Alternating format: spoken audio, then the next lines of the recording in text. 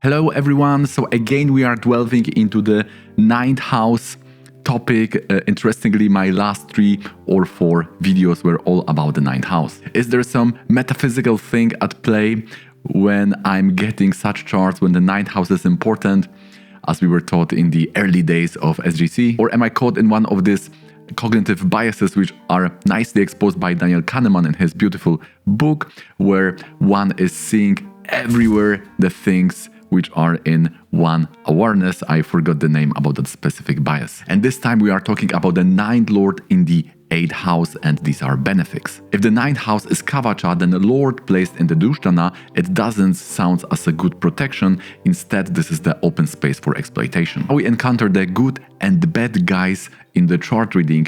This basic ethical binary division was not removed by the postmodernist reformatting. However, things get more complex, and to adapt to this level of complexity, we need to employ many interesting tricks. For example, the division for the right and left in the politics. Can we ascribe this just to the planets? There are, of course, some candidates. But does the group of meaning of archetypes related to the Jupiter, for example, can be ascribed perfectly aligned to the capitalism? It seems that it will take the meaning from many planets, so it will go intersectionally, and there are more such complex things in the politics or philosophy, and therefore there is this critique of essentialism as being too simplistic. But still we have this experience that Jyotisha is reflecting this exposed to the senses scenario we experience and comprehend. In this example, we are exposed to vulnerability as the ninth lord is in an 8th house,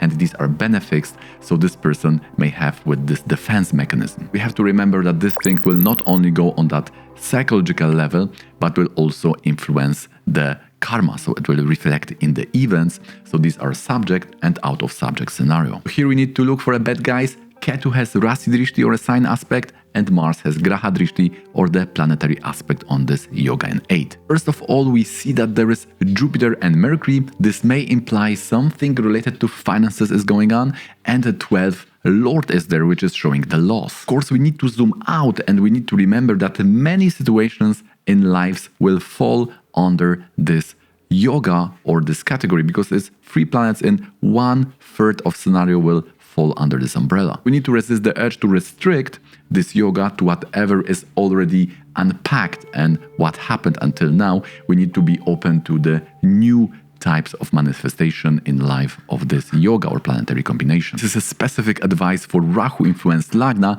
We have the tendency to lose the forest for 1 tree, so this is friendly reminder from myself to me. Where is the danger? The Ketu in the 4th house is a Kapata yoga.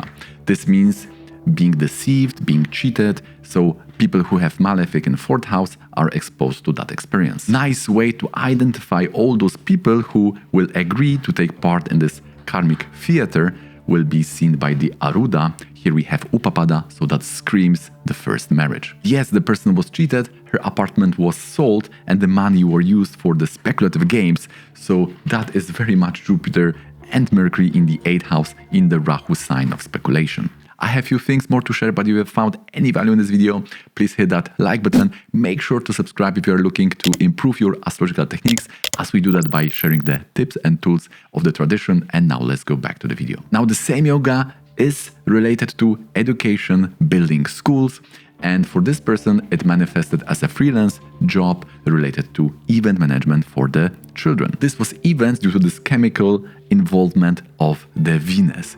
If it's not media, PR, or management or sales, it will definitely bring the party, as the structure was already prepared by the involvement of the 9th lord, which is showing the party, as we were taught in the last video. 4th lord of apartments was melted into the cash because it joined as Jupiter Mercury, and then disappeared because it's in the Rahu sign, and the 8th and 12th lord are there. 8 is showing the depth from the karmic past, which will swallow some of these resources, and the 12th house is the loss. And this was motivated or channelized as the inspiration for something the person should do, as something which is expected by the world, because the placement from the sun provides some structure for education with some tint of media or the parties or events with the tint of Venus, as that was provided by the school yoga there in the chart. And in such way we can get those metaphysical meaning that would be the main role and importance of the main Rashi chart. We can get all those nice details in the divisional chart,